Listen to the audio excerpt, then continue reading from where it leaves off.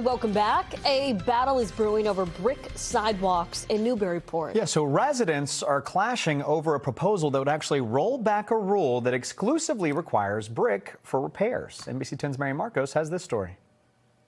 Some say brick sidewalks dating back to the 1800s are part of Newburyport's history. People come here for the historic look and the aesthetic look, and brick is a key to that. Others say the uneven surface is a hazard, especially for those with disabilities. It's just a matter of access and equity and inclusion for anyone. The town is divided over City Councilor Jenny Donahue's proposal to remove a mandate to patch up sidewalks exclusively with brick.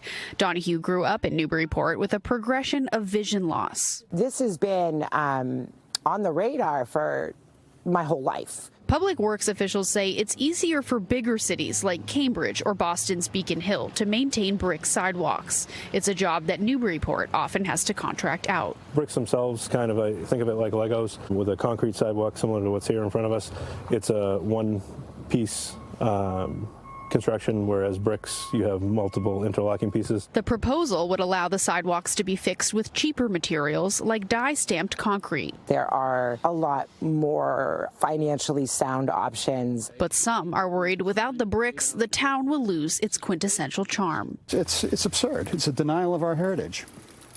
And it's not going anywhere. Now, the councilor says the proposal will stay in committee while she works on the language. She does expect it to come up at the next Public Works and Safety Committee meeting, which has not yet been scheduled. Reporting in Newburyport, Mary Marcos, NBC 10 Boston.